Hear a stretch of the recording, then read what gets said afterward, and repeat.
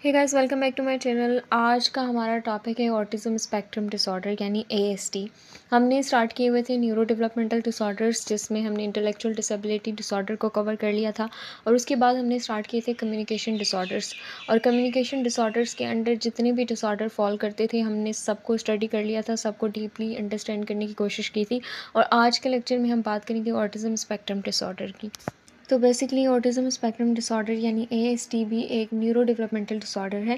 ये यूजुअली बचपन के अर्ली ईयर्स में स्टार्ट होता है और बच्चे के सोशल इंटरेक्शन, कम्युनिकेशन स्किल्स और बिहेवियरल पैटर्न्स को डीपली अफेक्ट करता है। स्पेक्ट्रम का मतलब होता है कि इस डिसऑर्डर की जो सिम्टम्स हैं, जो इंटेंसिटी है, जो सिवियरिटी है, हर इंडिविजुअल में अलग होती है। यानी ये हर इंडिविजुअल में डिफरेंटली देखने को मिलता है। किसी में ये बहुत ही ज़्यादा माइल्ड होता है, जबकि कुछ लोगों में इसकी जो सिम्टम्स हैं वो बहुत ही ज़्यादा सिवियर होती हैं। इतनी सिवियर होती हैं कि वो डेली लाइफ के जो बेसिक टास्क होते हैं वो भी परफॉर्म नहीं कर पाती, या उनको परफॉर्म करने में भी उनको बहुत ही ज़्यादा चैलेंजेस फेस करने पड़ते हैं। कुछ इंडिविजुअल्स आउटवर्डली नॉर्मल होते हैं, लेकिन उन्हें दूसरों के इमोशंस समझने में, कन्वर्सेशंस कंटिन्यू करने में या फिर रिलेशनशिप्स को बिल्ड करने में उनको बहुत ही ज़्यादा चैलेंजेस फेस करने पड़ते हैं। दूसरी तरफ कुछ लोग रिपीटेटिव मूवमेंट्स, स्पेसिफिक रूटीन्स और अनयूजुअल सेंसरी बिहेवियर्स शो करते हैं, जैसे लाउड साउंड्स या ब्राइट लाइट्स से डिस्कम्फर्ट फील करते हैं। अच्छा, आप लोगों ने यहाँ पर एक बात याद रखनी है कि एएसडी कोई मेंटल इलनेस नहीं है, बल्कि ब्रेन की डेवलपमेंट का एक डिफरेंट पैटर्न है। ये बेसिकली एक किस्म का यूनिक वे है जिसमें इंसान दुनिया को परसीव करता है, अपने सराउंडिंग को परसीव करता है, अपने सराउंडिंग में मौजूद लोगों को अपने तरीके से परसीव करता है। इस कंडीशन के साथ रहने वाले individuals often extra ordinary focus, creativity, unique problem solving skills भी शो करते हैं। और आज हम डिटेल में इसको समझने की कोशिश करेंगे कि ये ऑटिज़म स्पेक्ट्रम डिसऑर्डर होता क्या है, और DSM-5 के मुताबिक इसका जो डायग्नोस्टिक क्राइटेरिया है वो क्या है।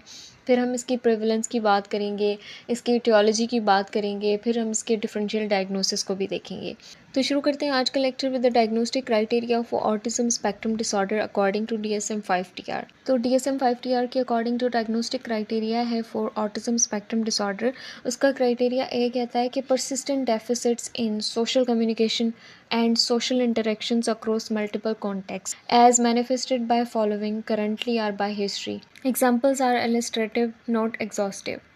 इसमें फर्स्ट नंबर पे आ जाता है deficit in social emotional reciprocity, ranging for example from abnormal social approach and failure of normal back and forth conversation to reduce sharing of interests, emotions, affects to failure to initiate or respond to social interactions। यानी autism spectrum disorder में individual दूसरों के साथ emotionally connect करने और conversation maintain करने में difficulty feel करता है। वो या तो बिल्कुल बात शुरू नहीं कर पाता, या अगर कोई उनसे बात करे तो वो रिस्पॉन्स प्रॉपरली नहीं कर पाता। उन्हें दूसरों के इमोशंस समझने और अपने इमोशंस शेयर करने में नेचुरली बहुत ही ज़्यादा डिफ़िकल्टी फ़ील होती है। फॉर एग्ज़ाम्पल, जब कोई खुशी या गम होता है तो वो नॉर्मली रिएक्ट नहीं करते। उनके लिए सोशल गिव और टेक यानी back and fourth emotional exchange बहुत ही ज़्यादा मुश्किल होता है, यानी back and fourth emotional exchange tough होता है उनके लिए। इस वजह से उनका जो कम्युनिकेशन रोबोटिक, फ्लैट या डिसकनेक्टेड लग सकता है। सेकेंड पॉइंट कहता है deficit in non verbal communicative behaviours used for social interactions, ranging for example from poorly integrated verbal and non verbal communication to abnormalities in eye contact and body language, are deficit in understanding and use of gestures, to a total lack of facial expressions and non-verbal communication। इसका मतलब है कि उनके जो non-verbal communications हैं, जैसे eye contact, gestures या facial expressions natural नहीं होते। वो बात करते हुए आंखों में नहीं देख सकते या गेस्चर्स नहीं दे सकते, उनको यूज़ करना नहीं आते गेस्चर्स जो नॉर्मल कन्वर्सेशंस में होते हैं। कभी कभी उनका टोन ऑफ वॉइस या बॉडी लैंग्वेज उनकी बात के साथ मैच नहीं कर रहा होता। कुछ इंडिविजुअल्स बिल्कुल फ्लैट एक्सप्रेशंस रखते हैं, जैसे उनके चेहरे में कोई इमोशंस नज़र नहीं आते। ये सब इसलिए होता है क्योंकि उनके ब्रेन के लिए नॉन वर्बल क्यूज़ समझना या फिर एक्सप्रेस करना बहुत ही ज़्यादा मुश्किल हो जाता है। क्राइटेरिया ए का थर्ड पॉइंट कहता है कि deficit in developing, maintaining and understanding relationships, ranging for example from difficulties adjusting behaviours to suit various social contact, to difficulties in sharing imaginative play और in making friends, to absence of interest in peers. इस point के according basically ASD वाले individuals को relationships समझने और maintain करने में बहुत ज़्यादा डिफ़िकल्टीज़ होती हैं। वो समझ नहीं पाते कि अलग अलग सोशल सेटिंग्स जैसे स्कूल, पार्टी या घर में कैसे बिहेव करना है। उन्हें इमेजिनेटिव प्ले जैसे प्रिटेंड गेम या फिर ऐसी चीज़ों में इंटरेस्ट नहीं होता, या फिर वो दूसरों के साथ इंटरेक्ट नहीं कर पाते। और कभी कभी ऐसे इंडिविजुअल्स को लोगों के साथ रहना पसंद नहीं होता। They prefer being alone because of social words feels confusing and overwhelming. ये डिफ़िकल्टीज़ हर लेवल पे देखने को मिलती हैं, फ्रॉम चाइल्डहुड टू अडल्टहुड।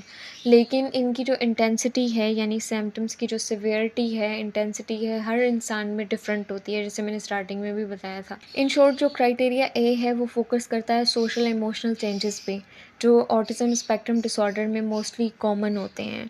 बात करना, रिस्पॉन्स करना, गेस्चर्स और एक्सप्रेशंस समझने और रिलेशनशिप्स मेंटेन करने में ऐसे लोगों को डिफ़िकल्टीज़ पेश आती हैं। ये सब मिलकर सोशल कनेक्शंस को डीपली अफेक्ट करते हैं। और क्राइटेरिया बी के according restricted repetitive patterns of behaviours, interest और activities as manifested by at least two of the following currently are by history। इसमें पॉइंट ए कहता है कि stereotyped or repetitive motor movements, use of object और speech. यानी ASD वाले जो individuals होते हैं वो रिपीटेटिव एक्शंस या मूवमेंट्स करते रहते हैं जो उनके लिए सूथिंग या कंट्रोलिंग नहीं लगते हैं। फॉर एग्जांपल कुछ बच्चे बार बार हाथ फ्लिप करते रहते हैं, रोक करते रहते हैं, या ऑब्जेक्ट को एक स्पेसिफिक ऑर्डर में अरेंज करते हैं, जैसे टॉयज़ को लाइन में लगाना। ऐसे इंडिविजुअल्स स्पीच में भी रिपीटेशंस शो करते हैं, जिसे हम इकोलेलिया कहते हैं, यानी किसी और के वर्ड्स को रिपीट करना या अपने ही सेंटेंसेस बार बार बोलना।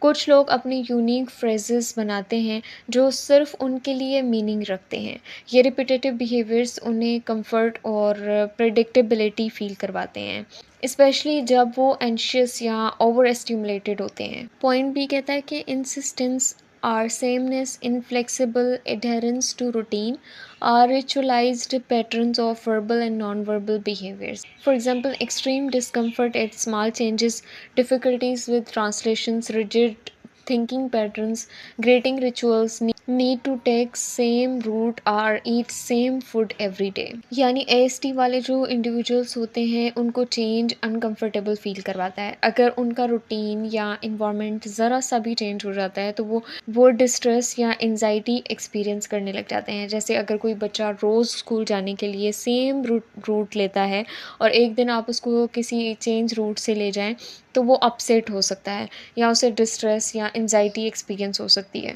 कुछ लोग हर दिन में सेम फूड लेना प्रेफर करते हैं या उनके पास रिचुअल्स होते हैं, जैसे स्पेसिफिक ग्रीटिंग वर्ड्स या एक्शंस जो वो बार बार रिपीट करते रहते हैं। ये रिजिडनेस इनके लिए एक सेंस ऑफ कंट्रोल क्रिएट करती है, बिकॉज अनप्रडिक्टेबिलिटी उन्हें स्ट्रेस देती है, उनको एंजाइटी फील करवाती है। क्राइटेरिया बी का पॉइंट 3 कहता है कि highly restricted fixed interests that are abnormal in intensity and focus. For example, a strong attachment or preoccupation with unusual objects, excessively circumscribed और preservative interest, यानी कि उनके इंटरेस्ट कुछ स्पेसिफिक चीज़ों में एक्सट्रीम लेवल तक होते हैं।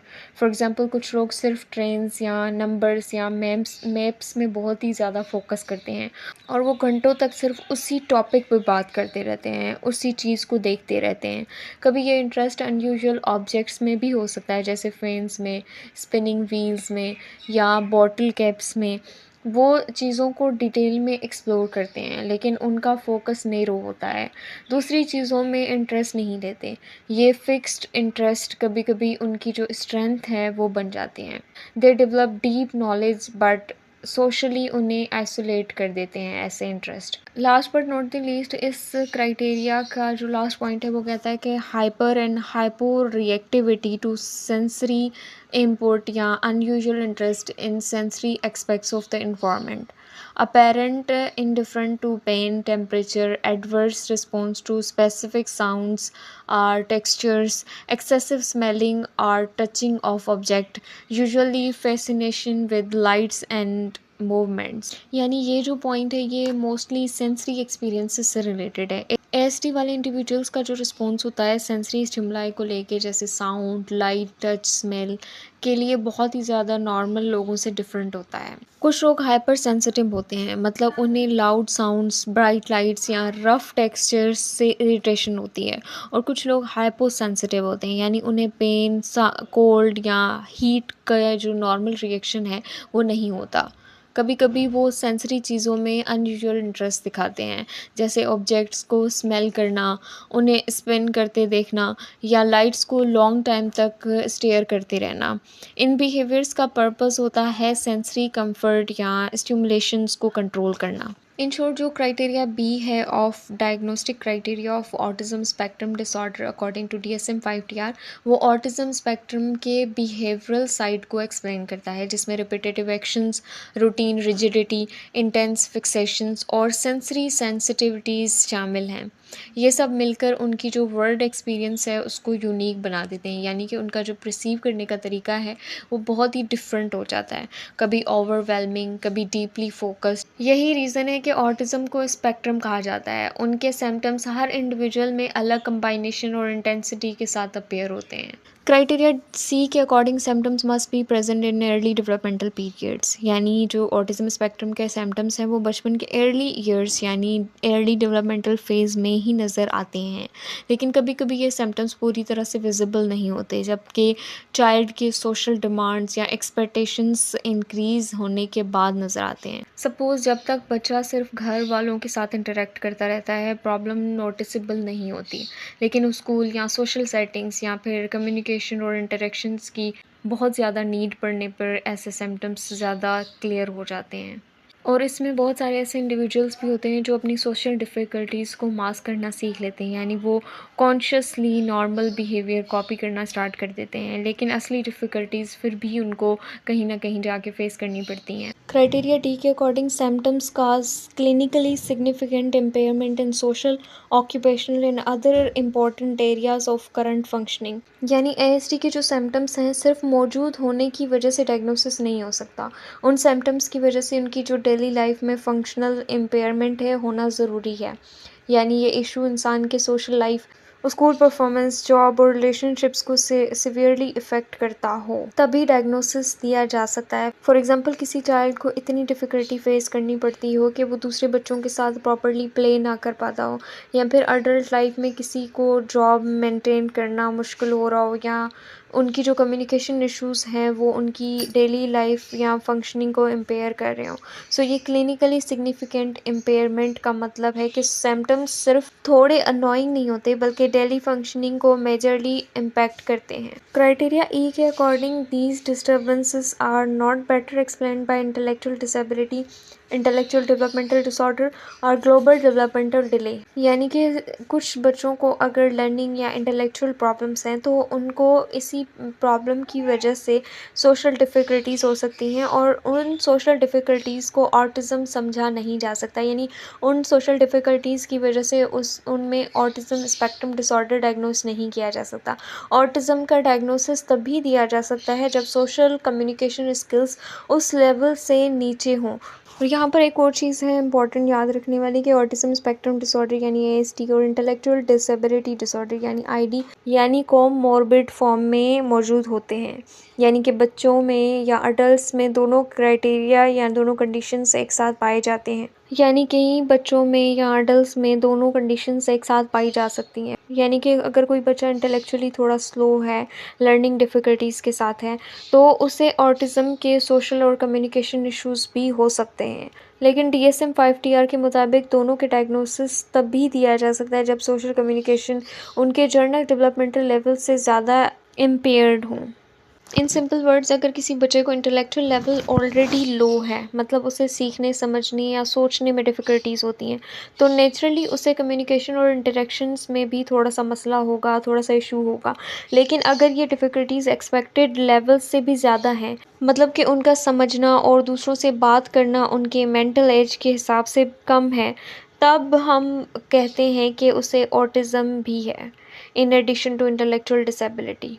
तो अगर हम प्रेवलेंस की बात करें तो according to recent data autism spectrum disorder affect around 1 in 36 children in the USA. Male में ये कंडीशन ज़्यादा कॉमन होती है, almost 4 times more than females, लेकिन फीमेल्स में ज़्यादा सिम्टम्स सबटल होते हैं, इसलिए उनके अंदर जो डायग्नोसिस है वो बहुत ज़्यादा कभी कभी लेट हो जाता है। अगर हम टियोलॉजी की बात करें यानी कॉजेज़ की बात करें तो बेसिकली ऑटिज़म एक मल्टी फैक्टोरल डिसऑर्डर है, यानी इसके पीछे मल्टीपल कॉजेज़ हो सकते हैं। पहला कॉज हो सकता है जेनेटिक फैक्टर्स। रिसर्चर्स कहती हैं कि एएसडी का एक स्ट्रॉन्ग जेनेटिक लिंक होता है। अगर एक सिबलिंग को ऑटिज़म है तो दूसरे में भी चांसेस हैं ज़्यादा डेवलप होने के।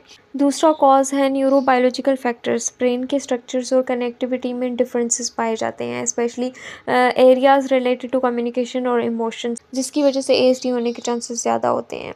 थर्ड नंबर पे आ जाता है इन्वायरमेंटल इन्फ्लुएंसेस, यानी प्रीनेटल इन्फेक्शंस, टॉक्सिन्स या कॉम्प्लिकेशंस ड्यूरिंग प्रेगनेंसी। ये रिस्क फैक्टर्स को थोड़ा इंक्रीज़ कर देते हैं, लेकिन वैक्सीनेशंस कॉज ऑटिज़म ये एक मिथ है।